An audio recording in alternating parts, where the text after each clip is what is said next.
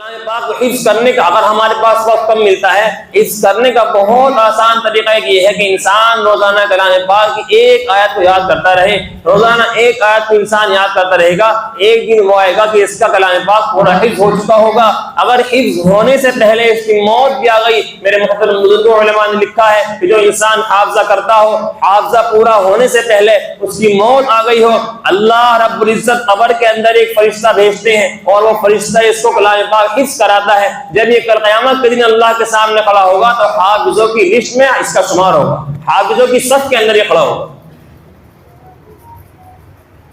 میرے محترم بزرگ، کلام پاک کے اوپر ایک چھوٹا سا میں حضرات کو واقعہ پیش کر دوں۔ ایک ڈاکو تھا، بہت بڑا ڈاکو تھا۔ اس نے زندگی کے اندر کبھی اپنی زندگی میں کوئی اچھا کام نہیں کیا، لیکن جب اس کی شادی ہوئی، اس کی بیوی پیٹ سے تھی، اس نے اپنی بیوی سے کہا کہ دیکھو میرے تو زندگی کچھ بھروسہ نہیں ہے، ڈاکو جو ہوتے ہیں کچھ پتہ نہیں کون کب کس کو مار دے، کہاں سے کوئی حملہ کر دے اس کے اوپر۔ اس نے کہا کہ دیکھ، میں چاہے زندہ رہوں نہ رہوں، ایک بات دھیان سے سن لے کہ جب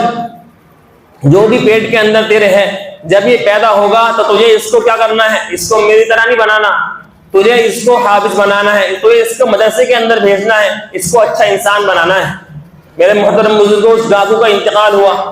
فرشتے، جب ڈاکو تھا زندگی پر چوری چکاری، لوگوں کو مارنا پیٹنا اور لوگوں کا مال ہڑپ کرنا، جب مرا ہے تو مرتے ہی فوراً اس کے اوپر عذاب ہونا شروع ہو گیا۔ قبر کے اندر فرشتے عذاب دے رہے ہیں، ادھر بیوی حاملہ ہے، بچہ پیدا ہوا،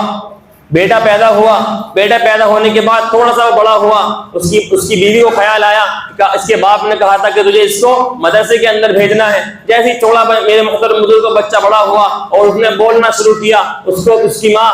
مدرسے کے اندر چھوڑ کر آئی، ادھر اس بچے نے کلام پاک کی شروع کیا اور قاعدہ پڑھنا شروع کیا۔ اس نے پڑھا بسم اللہ الرحمن الرحیم، اس بچے نے پڑھا بسم اللہ الرحمن الرحیم اپنی ٹوٹی پوری زبان کے اندر۔ صحیح سے بچے سے حروف بھی ادا نہیں ہوتے، لیکن میرے محترم بزرگوں، ادھر فرشتوں کو اللہ رب العزت نے حکم کر دیا کہ اس کے عذاب کو ختم کر دو، اس کے عذاب کو روک دو۔ فرشتے کہنے لگے اللہ اس کو تو عذاب ہو رہا تھا، کہ کون سا عمل اس کا آپ کے پاس آیا ہے، مرنے کے بعد تو کوئی انسان نیک عمل بھی نہیں کر سکتا، اس کا کون سا عمل ایسا ہے کہ آپ نے اس کے عذاب کو ختم کر دیا؟ اللہ رب العزت نے فرمایا، میرے محترم بزرگوں، قابل غور بات ہے، اللہ فرماتا ہے کہ اس کا بچہ، اس کی اولاد کو ہم یہ کہے کہ بسم اللہ الرحمن الرحیم، کہ اللہ مہربان اور رحیم ہے، اللہ معاف کرنے والا ہے، اور میں اس کے اوپر عذاب دوں، یہ مجھے شرم آتی۔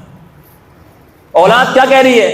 کہ اللہ معاف کرنے رحمان ہے، اللہ رحیم ہے، اور میں اس کے باپ کو عذاب دوں، یہ میری غیرت، یہ مجھے شرم آتی۔